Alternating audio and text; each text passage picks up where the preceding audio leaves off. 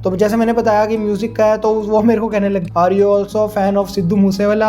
अपनी तैयारी वारी करने लग गया कि इतनी मेरे को शर्ट खरीदनी है, इतनी मेरे को पैंट खरीदनी है, ये मुझे शूज़ खरीदने हैं, बैंगलोर में इस दोस्त के पास रह लूँगा, रहने वहने का अरेंजमेंट भी कर लिया, वहाँ से मैंने चेक भी कर लिया जहाँ मैं रह रहा हूँ वहाँ से ऑफिस कितनी दूर है, सारा का सारा मैंने A to Z अरेंजमेंट कर लिया। 2-3 दिन जो मेरे गए हैं ना मेरे को ढंग से नींद आई है, एकदम इतना ज़्यादा एक्साइटेड था। उसके बाद जाके रिजल्ट आया, 5 में से 2 बच्चों का नाम आ गया, उसमें मेरा नाम था ही नहीं। टेंशन में पड़ गया, मैंने कहा भाई मेरा नाम तो आया नहीं। फिर उसके बाद एक और मैसेज आया सर का, सर कहते कि ना अभी एक बच्चे को और हमने लेना है, वो मैं आपको एंड ऑफ द डे में बताऊंगा। तो मैं फिर उम्मीद लगा के बैठा रहा, 5 में से 2 को हो गया, 3 में से 1 को लेना है, तो शायद अब नंबर आ जाए।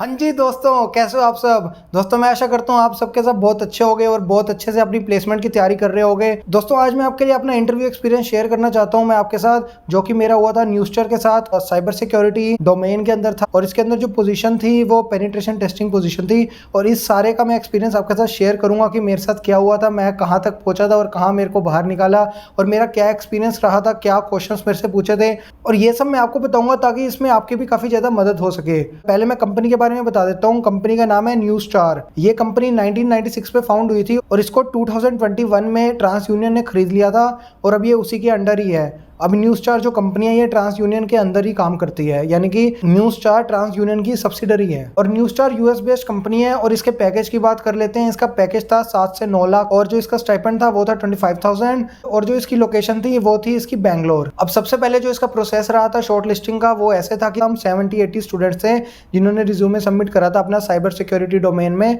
और उसके अंदर हमारा जो शॉर्ट लिस्टिंग हुई थी वो हुई थी सिर्फ 23 स्टूडेंट्स की।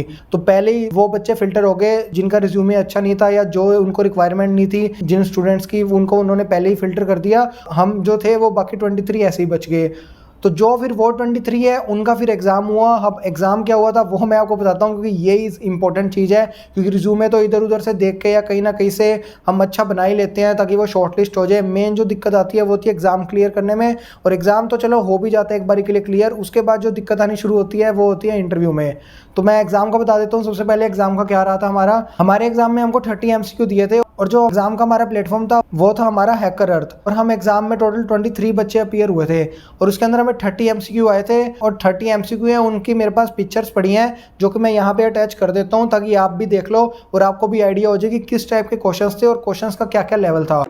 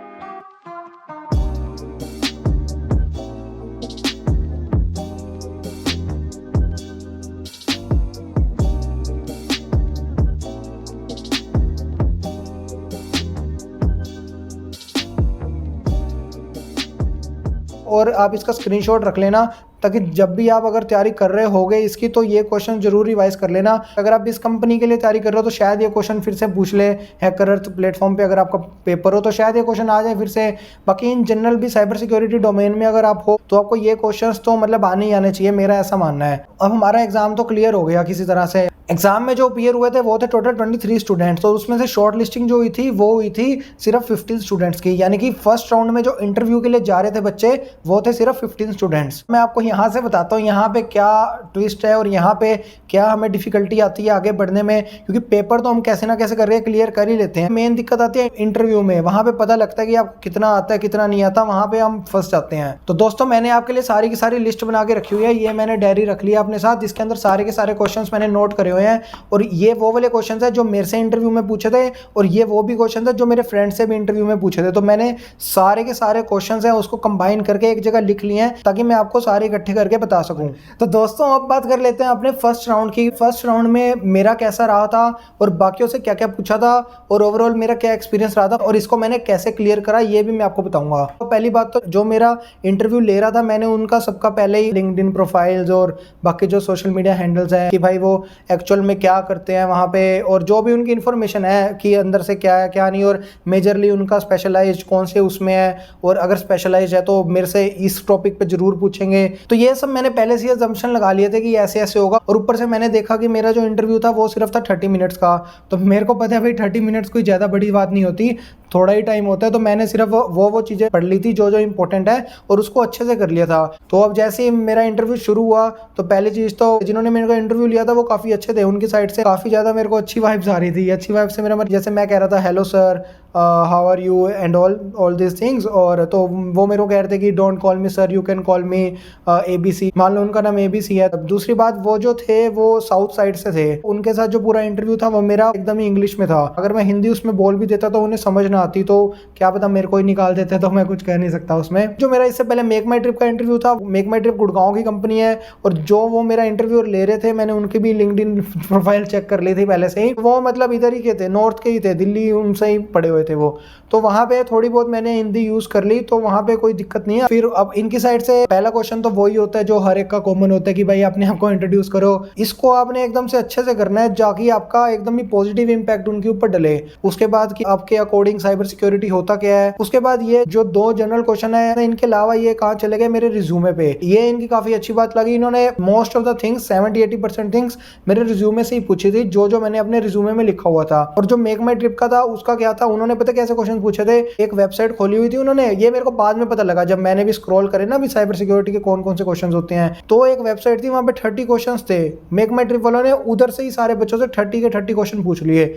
और उनके साथ जो मेरा इंटरव्यू था वो था क्वेश्चन आंसरिंग का, मतलब वो मेरे से क्वेश्चन पूछ रहे थे, मैं आंसर कर रहा था। पर इनके साथ मेरा था इंटरव्यू वो था एक जनरल कन्वर्सेशन कि जैसे हम दोस्त के बीच में करते हैं, अच्छा फिर क्या हुआ, अच्छा फिर ऐसे हुआ, हाँ ऐसे हुआ। तो इनके साथ जो मेरा था वो एक जनरल कन्वर्सेशन चल रही थी जो कि एकदम स्मूथ थी, काफी बीच बीच में हंसी मजाक भी हो रहा था, तो एकदम काफी अच्छा बैठ रहा था, फिट बैठ रहा था कि मैं को भी लग रहा था कि इसमें अभी तक तो काफी अच्छा जा रहा है, आगे तक हम देखते हैं आगे क्या रहता है। तो जैसे कि उन्होंने मेरा पहले रिज्यूमे पकड़ लिया, मेरे रिज्यूमे में मेरे पास एक्सपीरियंस भी है एयरटेल का 3 मंथ्स का। थर्ड क्वेश्चन जो उन्होंने मेरे से पूछा वो चले गए सीधा मेरे प्रोजेक्ट पे। मैंने प्रोजेक्ट बनाया हुआ था की लॉगर। अब की लॉगर तो वैसे तो बच्चा भी बना सकता है, कोई बड़ी चीज नहीं है। तो मैंने 2 की लॉगर बनाए हुए थे, एक लोकल की लॉगर, एक रिमोट की लॉगर। अब इसकी खास चीज क्या थी जो कि मेरे को क्या लगता है खास ही है, जो कि बाकियों ने अगर बनाया हो उसमें नहीं होती most of the key loggers में, वो ये थी कि इसको अगर हम रन कर दे किसी कंप्यूटर में, बैकग्राउंड टास्क से भी रिमूव कर दे टास्क मैनेजर में जाके इसको, ये फिर भी चलेगा। ये इसकी खास बात थी। तो ये मैंने उन्हें बताया, वो सुनकर काफ़ी उन्हें मतलब अच्छा लगा कि मतलब एक तो थोड़ा हटके हो गया, ऊपर से अगले के कंप्यूटर में अगर वो रन कर रहा है तो अगर वो टास्क मैनेजर में जाके जहाँ पे बैकग्राउंड सारी एप्लीकेशंस रन करती है वहाँ जाके अगर वो इसको रिमूव भी कर देगा या फिर ऑफ भी कर देगा, फिर भी ये ऑफ नहीं होता, ये चलता रहता है। तो इन्होंने पूछा कि ये कैसे इसको इम्प्लीमेंट करेंगे, इसके लिए एप्लीकेशन बनानी पड़ेगी या कैसे करना पड़ेगा। तो मैंने सारा का सारा इनको समझाया कि ये ऐसे है, टर्मिनल में रन करेंगे और फिर ऐसे करेंगे, लोकल वर्चुअल की लॉगर ऐसे करेगा और रिमोट की लॉगर ऐसे करेगा। तो जो भी मैंने उसमें करा हुआ है की लॉगर में, आपको मैंने एक छोटे उसमें बता दिया कि एग्जैक्ट ये करता क्या है। बाकी जो सारी चीज़ें थी वो इनको जितना मैं अच्छे से समझा पाया A to Z सारी की सारी चीज़ें कि मैं ऐसे करूँगा फिर वैसे आएगा और ऐसे विक्टिम के कंप्यूटर में इसको इंस्टॉल करना है और ये मैक में भी चलेगा और विंडो में भी चलेगा, दोनों के दोनों में ये चलेगा और ऐसे ऐसे ये सारा प्रोसेस रहेगा। इसी में ही मतलब काफ़ी सारा मेरा जो एक्सप्लेनेशन वाला टाइम इसी में काफ़ी सारा चला गया। इसी के अंदर ही वो क्रॉस क्वेश्चनिंग पूछने लग गए। तो ये तो था मेरा प्रोजेक्ट का। प्रोजेक्ट के बाद इन्होंने मेरे से पूछा, जैसे मैंने अपने रिज्यूमे में लिखा हुआ है CTF, इन्होंने पूछा कि CTF क्या होता है। तो ये सब इंग्लिश में ही था, मैं हिंदी में आपको बता रहा हूँ सारी की सारी चीज़ें, ताकि आपके और मेरे बीच में एक अच्छी अंडरस्टैंडिंग बनी रहे इसलिए। तो फिर CTF का मैंने इनको बताया कि मैंने इस प्लेटफॉर्म पे बेसिक लर्न करा था CTF करना और इतनी इतनी तरह के होते हैं, cryptography, forensics, reverse engineering, programming, अब ये सब मैंने इनको बता दिया कि जो भी था यहाँ से मैंने बेसिक लेवल का करा। फिर मैंने मीडियम लेवल पे करने के लिए मैं इस प्लेटफॉर्म पे गया और उसके बाद एडवांस लेवल पे करने के लिए हैक द बॉक्स मैंने शुरू कर दिया करना। और इसमें भी इन्होंने मतलब एक दो मेरे से क्रॉस क्वेश्चनिंग करे जो कि मैंने मतलब आसानी से उनका आंसर दे दिया था। और इन्होंने भी समझाया कि जैसे जो तुम CTF करते हो वैसा हम नहीं करते, हमारा जो कंपनी के लेवल पे CTF होता है वो कुछ अलग ही होता है। तो वो आपको पता लगेगा जब आप ज्वाइन करोगे। मतलब इन्होंने कुछ ऐसे सीधा तो नहीं कहा कि ज्वाइन करोगे तो पता लगेगा, इन्होंने मतलब हिंट सी देने की कोशिश करी कि मैं थोड़ा मतलब फिर भी मेरे को लगा हाँ भाई मतलब ठीक जा रहा है, अभी तक सारा ठीक जा रहा है। इसके बाद इन्होंने और मेरे से कुछ नहीं पूछा मेरे रिज्यूमे से। इसके बाद मैं आपको बता देता हूँ मैंने रिज्यूमे में और क्या लिखा था। मैंने स्किल्स लिखी हुई थी, मैंने एक्सपीरियंस लिखा था जो एयरटेल में मेरे को था, और मैंने बग ढूंढे थे 3-4 वेबसाइट्स में, वो मैंने मेंशन करे हुए थे। वो बग किस टाइप के थे और वो क्या बग थे ये मैंने मेंशन करा हुआ था। सर्टिफिकेट्स लिखे थे, सर्टिफिकेट के अंदर मैंने क्या क्या सीखा वो मैंने मेंशन करा हुआ है रिज्यूमे में, और ये सभी था। इसके बाद इन्होंने जो मेरे से क्वेश्चन क्या पूछे थे वो मैं आपको बता देता हूँ। इन्होंने मेरे से क्वेश्चन पूछा कि भाई ये फिशिंग और फार्मिंग में क्या फर्क होता है, और साथ में इन्होंने पूछ लिया HTTP HTTPS में क्या फर्क होता है। और मेन जो क्वेश्चन था मेरी जैसी पेन टेस्टिंग की था ना, तो मेन जो था वो इन्होंने पूछा कि मेथोडोलॉजी क्या है पेन टेस्टिंग की। तो वो सब मैंने इन्हें बताया कि पहले मैं ये करता हूँ, फिर मैं ये करूंगा, और पेन टेस्टिंग के फेज ये होते हैं, और मैं ऐसे ऐसे करके करता हूँ, फिर सारी इन्फॉर्मेशन गैदर करके ऐसे ऐसे करता हूँ। तो ये मैंने बताया। पर ये मेन है, अगर आप भी VAPT में जा रहे हो मेथोडोलॉजी इसकी अच्छे से कर लेना एकदम की, ताकि जो भी इस पे क्रॉस क्वेश्चनिंग बने उसके आप आंसर अच्छे से दे सको। तो ये बहुत ज्यादा इंपॉर्टेंट है। और इन्होंने पूछा कि भाई बर्फ स्वीट क्या होता है, बर्फ स्वीट कह लो या बर्फ सूट कह लो, जैसे भी प्रोनाउंसिएशन आपको ठीक लगती है। उसके अंदर रिपीटर क्या करता है, बर्फ स्वीट काम किस आता है, क्या हम करते हैं उसमें। और आपने काली लिनक्स कभी चलाई है, काली लिनक्स से आपका क्या मतलब है, काली लिनक्स क्या होती है। और एक बात आपको मैं बता दूं, कैमरा इनका भी ऑफ था और कैमरा इनका ऑन नहीं था, पर जो इनकी कम्युनिकेशन थी मतलब स्मूथ थी काफी ज्यादा इनकी कम्युनिकेशन, और काफी अच्छी थी कि मेरे को इन्होंने काफी ज्यादा कंफर्टेबल बना दिया था कि मेरे को ऐसा महसूस ही नहीं हुआ कि कैमरा ऑफ है मैंने ऑन क्यों करा हुआ है। ऐसा मेरे को बिल्कुल भी नहीं लगा इनके साथ। जो भी क्वेश्चन पूछ रहे थे मैं उनको ये आंसर आराम से दिए जा रहा था। कैमरा और इन पे मैंने भी ध्यान नहीं दिया अभी ऑफ क्यों है या ये सब। जैसे मैंने मेक माई ट्रिप वाले का भी ऑफ था ना कैमरा, तो मैंने उसमें कह रहा था अभी कैमरा ऑफ है मेरा ऑन है, तो मैंने भी अपना ऑफ कर लिया था कैमरा। फिर वो कहते हैं भी कैमरा ऑन करो। और ये सब अगर आपको और जानना है मेरा मेक माई ट्रिप का एक्सपीरियंस, तो यहाँ पे इस वाली वीडियो पे आप क्लिक करके देख सकते हो। वो भी मेरा साइबर सिक्योरिटी का था, वो मेरा फर्स्ट इंटरव्यू था, ये मेरा सेकंड इंटरव्यू है। इसके बाद इन्होंने कहा कि अगर एक वेबसाइट है उसके अंदर आपको यूजर नेम और पासवर्ड दिया हुआ है तो आप उसके अंदर क्या क्या करोगे। तो जैसे मैंने कहा कि मैं ब्रूट फोर्स उसमें ट्राई करूंगा, जो डिफॉल्ट यूजर नेम और पासवर्ड होते हैं जो हर एक में मोस्टली में कॉमन होते हैं वो मैं ट्राई करूंगा। SQL इंजेक्शन ट्राई करूंगा। तो फिर वो पूछने लगे कि भाई ये ब्रूट फोर्स क्या होता है, ये SQL इंजेक्शन क्या होता है, और ऐसे ऐसे उसमें क्रॉस क्वेश्चनिंग बनने लगी कि ये क्या होता है वो क्या होता है। तो ऐसे ही पूरा करके टोटल 30 मिनट्स का इंटरव्यू था, और पता ही नहीं लगा 30 मिनट्स कैसे चले गए। और मेरा इंटरव्यू थोड़ा एक्सटेंड हो गया, 40 to 45 मिनट्स तक पहुंच गया था। बाकी ये डिपेंड करते कि आप कितना उनको एक्सप्लेन कर रहे हो इंटरव्यूअर को, कि उनको लगे कि भी आपको ये चीजें क्लियर है। तो लास्ट में इन्होंने मेरे से पूछा कि आपको मेरे से कोई क्वेश्चन पूछना है, तो उसके अंदर मैंने इनसे क्वेश्चन पूछ लिया कि अगर मैं आपकी कंपनी ज्वाइन करता हूँ तो मैं कौन से प्रोजेक्ट पे काम करूंगा, और अभी आप किस किस प्रोजेक्ट पे काम कर रहे हो। तो ये मेरा लास्ट क्वेश्चन था। तो इन्होंने समझाया कि हम इस पे काम कर रहे हैं और हमारा ये रहता है। और इन्होंने समझाया कि जनरली इसमें प्रोजेक्ट नहीं होते साइबर सिक्योरिटी डोमेन में, इन सब में, और प्रोजेक्ट जैसी कोई चीज नहीं होती साइबर सिक्योरिटी में। बस ऐसे ऐसे करके इन्होंने पूरा करा, और ये लगभग 40-45 मिनट चला, और फिर उसके बाद मेरा खत्म हो गया। उसके बाद क्या क्लियर हो गया। अगले दिन रिजल्ट आया, टोटल 5 जनों का क्लियर हुआ था। मेरे कैंपस से सिर्फ मैं ही था और दूसरे कैंपस से 4 जने थे। दोस्तों अब राउंड 1 हो गया क्लियर, अब आ गया हूँ मैं सेकंड राउंड में, और ये था मेरा सेकंड राउंड प्लस HR। मतलब इसमें ऐसा था कि ये अगर हो जाए तो मतलब कंपनी में फिर पक्का होना ही होना है हमने। इसमें टेक्निकल भी क्वेश्चंस थे और एचआर वाले भी क्वेश्चंस थे। अब इसके अंदर मेरे से क्या पूछा था और क्या रहा था ये मैं आपको बताता हूँ। ये मैंने चेक कर लिया था कि ये मेरा कौन ले रहा है इंटरव्यू। इनका भी मैंने लिंक्डइन चेक कर लिया था कि ये कौन ले रहा है और ये क्या है, कौन है कौन नहीं। ये थे मैनेजर और इनको उस कंपनी में एक्सपीरियंस था अराउंड 14 ईयर्स का। तो मैं समझ गया कि भाई ये बहुत बड़े हैं, इनको पता है कि बच्चा कहाँ फंसता है और इससे कौन से क्वेश्चन पूछने हैं। मेरे को था कि ये पीछे ना पड़ जाए, पीछे इन द सेंस कोई भी मान लो इन्होंने क्वेश्चन पूछा, मैंने बताया तो ये कहे भी ये कैसे होता है, मैं कहूँ ये ऐसे होता है, अच्छा फिर ये कैसे होता है।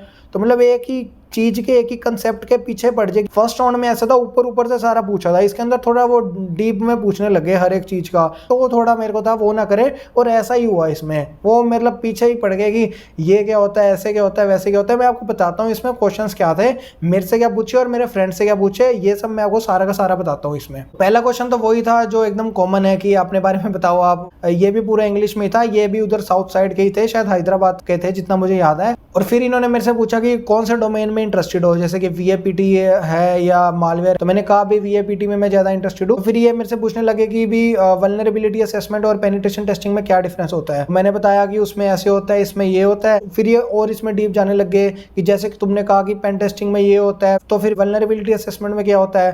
तो मैंने कहा भाई उसमें ऐसे होता है। तो कहते हैं कि फिर इसमें ऐसे होता है, इसमें कैसे होता है।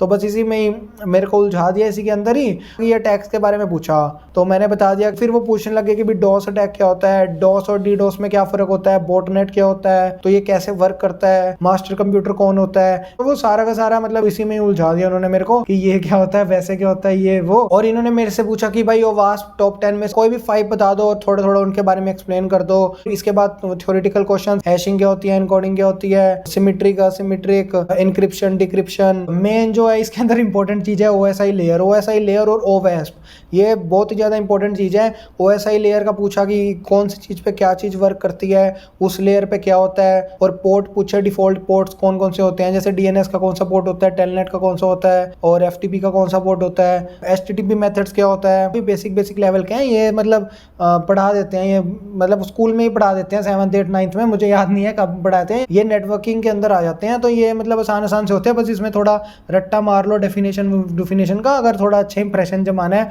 और थोड़ा सा समझ लो कि एक्चुअल में ये चीज क्या है। उन्होंने भी मेरे से ये पूछा था पेन टेस्टिंग की मेथोडोलॉजी, जो मेरे से राउंड 1 में भी पूछी गई थी और राउंड 2 में भी पूछी गई थी। इसके अंदर ये मेरे इसके फिर पीछे पड़ गए कि आपने पहले रिकॉर्ड करा, उसके बाद आपने चेक करे पोर्ट कौन से ओपन है कौन से क्लोज है, उसके बाद आपने क्या करा, पोर्ट के पीछे ही पड़ गया कि चलो पोर्ट तो ठीक है, इसके बाद और कुछ बताओ इसके अलावा, पोर्ट के अलावा। मतलब इन्होंने मेरे से पूछा कि आपका फैमिली बैकग्राउंड क्या है, आपने स्कूलिंग कहाँ से करी है। तो ये मेरा ओवरऑल था टेक्निकल वाले जो क्वेश्चन पूछे थे। इसके बाद इन्होंने मेरे से पूछे थे सिचुएशन बेस्ड क्वेश्चन। अब इसके अंदर क्या क्वेश्चन पूछे थे, ये वो होते हैं कि ये देखते हैं, पता नहीं क्या देखते हैं, ये कुछ देखना चाहते हैं कि जो स्टूडेंट है वो कैसे मैनेज करेगा और उसका क्या रहेगा, ये अगले की थिंकिंग चेक करना चाहते हैं। बाकी जो मैंने आंसर दिए थे मेरे हिसाब से तो वो ठीक थे, मुझे पता नहीं इन्होंने मेरे को क्यों नहीं लिया और मेरे को पता नहीं ये क्या देख रहे थे या क्या ढूंढ रहे थे जो मैंने इनको दिखाया नहीं, जो चीज़ मैंने बोली नहीं। एक तो था कि ऐसी कोई भी चीज़ आपने पास्ट में करी हो जिसे करके आपको बहुत अच्छा लगा हो। एक ये था कि अगर आपके टीम के 2 एम्प्लॉयज़ लड़ाई कर रहे हो तो आप उस सिचुएशन में कैसे डील करोगे, और आप फ्री टाइम में क्या क्या करते हो, अपना फ्री टाइम कैसे स्पेंड करते हो, प्रेशर में कैसे डील करते हो, और आपकी स्ट्रेंथ और वीकनेस क्या है, आपकी हॉबीज़ क्या क्या है। तो हॉबीज़ के अंदर मैंने बताया कि मेरे जैसे 3-4 यूट्यूब चैनल है, एक म्यूज़िक का है और टेक्निकल का है और ये व्लॉग्स टाइप इन सब का है। तो जैसे मैंने बताया कि म्यूज़िक का है तो वो मेरे को कहने लगे are you also fan of Sidhu Moosewala. मैंने तो कह दिया यस। अब वो मेरे को पता नहीं क्या पता वो नो सुनना चाहते हो मेरे से, वो पता नहीं ना कि वो मेरे से सुनना क्या चाहते थे, कि मैं हाँ कहूँ या ना कहूँ, तो ये भी मेरे को पता नहीं। ओवरऑल यही सब मेरे से पूछा था, मैंने तो सारे के रिलेवेंट आंसर दे दिए थे और मेरे हिसाब से एकदम अच्छे थे। तो मेरे को तो काफ़ी ज़्यादा लगा कि भाई ये भी मेरा मतलब हो जाएगा। और इसके भी लास्ट में इन्होंने मेरे से वही क्वेश्चन पूछा था कि आप मेरे से कोई क्वेश्चन पूछना चाहते हो, तो मैंने इनको भी वही क्वेश्चन चिपका दिया जो मैंने फर्स्ट में पूछा था कि अगर मैं ज्वाइन करता हूँ आप में तो फिर हम कौन से प्रोजेक्ट पे काम करेंगे या हम क्या क्या काम करेंगे, मैं किस टीम में काम करूँगा। तो बस फिर मेरा इंटरव्यू फिर खत्म हो गया। ये भी मेरा इंटरव्यू अराउंड 30-40 मिनट्स तक गया था। मेरा इसका इंटरव्यू हुआ था 13 अगस्त को। अब वैसे जनरली क्या होता है कि अगले दिन ही रिजल्ट आ जाता है कि आपका हुआ या नहीं हुआ। अब 13 के बाद 14 की भी छुट्टी थी, 15 की भी छुट्टी थी, तो मतलब 3 दिन ऐसे ही छुट्टी में ही चले गए।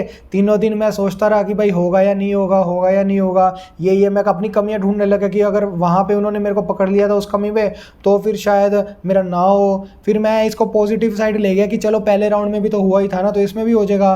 तो मैं पूरा अपनी तैयारी व्यारी करने लग गया कि इतनी मेरे को शर्ट खरीदनी है, इतनी मेरे को पैंट खरीदनी है, ये मुझे शूज़ खरीदने हैं। बेंगलोर में इस दोस्त के पास रह लूँगा, रहने वहने का अरेंजमेंट भी कर लिया। वहाँ से मैंने चेक भी कर लिया जहाँ मैं रह रहा हूँ वहाँ से ऑफिस कितनी दूर है, कितने किलोमीटर है, सारा का सारा मैंने A to Z अरेंजमेंट कर लिया। बस फ्लाइट की टिकट बुक करानी रह गई थी, बाकी मैंने सारा अरेंजमेंट कर लिया था। और उसके बाद भाई 2-3 दिन जो मेरे गए हैं ना मेरे को ढंग से नींद आई है ना कुछ हुआ है। मैं मतलब एकदम इतना ज़्यादा एक्साइटेड था कि भाई अब तो मेरा होने ही वाला है, अब तो मैं यहाँ से जाने ही वाला हूँ, अब तो सीधा कंपनी में जाऊँगा और फिर वहाँ पे देखूंगा क्या करना है क्या नहीं करना। तो उसके बाद जाके रिजल्ट आया, 16 को रिजल्ट आया। तो उसके अंदर सुबह सुबह नाम आ गया 10 बजे 2 बच्चों का। हम टोटल 5 थे, 5 में से 2 बच्चों का नाम आ गया, उसमें मेरा नाम था ही नहीं। तो मैं भाई टेंशन में पड़ गया। मैंने कहा भाई मेरा नाम तो आया नहीं, अब क्या करूँगा।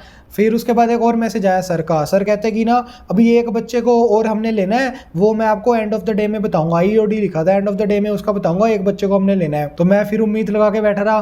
5 में से 2 का हो गया, 3 में से 1 को लेना है, तो शायद अब नंबर आ जाए। वो सर ने उस बच्चे का नाम बताया रात को 8-9 बजे, और तब तक फिर मैं टेंशन में पड़ रहा। टोटल मेरे 4 दिन इसी में ही चले गए। और रात को जो नाम आया वो भी मेरा नहीं था, वो किसी और बच्चे का आ गया। तो मतलब मेरा पूरा का पूरा ऐसे ही इसी में चला गया। और मैं पता नहीं कहाँ की तैयारी करने बैठ गया था कि ये करूँगा वो करूँगा, वहाँ पे बेंगलोर में यहाँ घूमने जाऊँगा, दोस्त के यहाँ रहूँगा, वहाँ पे ये करूँगा, सारी की सारी तैयारी जितनी भी तैयारी हो सकती है ना। और जब मेरा नाम नहीं आया फिर मेरे को बहुत ज़्यादा दुख हुआ। इससे भाई कभी भी एक्सपेक्टेशन नहीं लगानी चाहिए कि वो भी मेरी तरह तो इतनी ज़्यादा नहीं लगानी चाहिए। लगानी तो चाहिए कि हो जाए तो चलो बढ़िया है, मेरी तरह नहीं भी वहाँ ऐसे करूँगा मैं, पूरा अरेंजमेंट दोस्त से बात करके रहने वहने का अरेंजमेंट सब कुछ ढूंढना, इतनी नहीं करनी चाहिए। तो यार बस इतना ही था इस वीडियो के लिए। इस वीडियो में मैंने जितनी भी A to Z इन्फॉर्मेशन है, मेरे इंटरव्यू एक्सपीरियंस, मेरे फ्रेंड का इंटरव्यू एक्सपीरियंस, सब कुछ A to Z मैंने सब कुछ रैप अप करके इसके अंदर मैंने आपको बताया है। अब इसके अलावा आपको, मेरे को नहीं लगता कोई वीडियो आपको देखने की जरूरत पड़ेगी इससे रिलेटेड। इस वीडियो में ये सब कुछ है। आप वीडियो को ना यार लाइक जरूर से कर देना इस वीडियो को, और यार कमेंट जरूर कर देना, कुछ भी कमेंट कर देना, चाहे कुछ भी लिख देना, उसके अंदर कुछ भी वर्ड भी लिख देना, पर खाली मत छोड़ के जाना, कुछ ना कुछ लिख के जाना कमेंट सेक्शन में। और अगर आपको मेरे व्लॉग्स देखने हैं तो हाँ भी यार मेरा जपनीत सिंह चैनल है, वो उस पर आप देख सकते हो। मैं तो कहता हूँ एक बार आप मेरे व्लॉग्स भी ट्राई आउट करना, क्योंकि मेरे को पूरी उम्मीद है आपको जरूर अच्छे लगेंगे। तो यार इतना ही था इस वीडियो के लिए। तब तक के लिए मैं भी तैयारी करता हूँ अपने अगली कंपनी की जो भी आएगी, तो मैं उसका भी इंटरव्यू और जो भी मेरा रहता है एग्जाम वो सब आपके साथ जरूर शेयर करूंगा। और आप कमेंट जरूर कर देना कि आपका वीडियो कैसी लगी और कैसा था ये सब। तब तक के लिए चलता हूँ, तब तक के लिए आप भी अपनी पूरी तैयारी रखें और मैं भी तैयारी करता हूँ। तब तक के लिए बाय बाय, थैंक यू।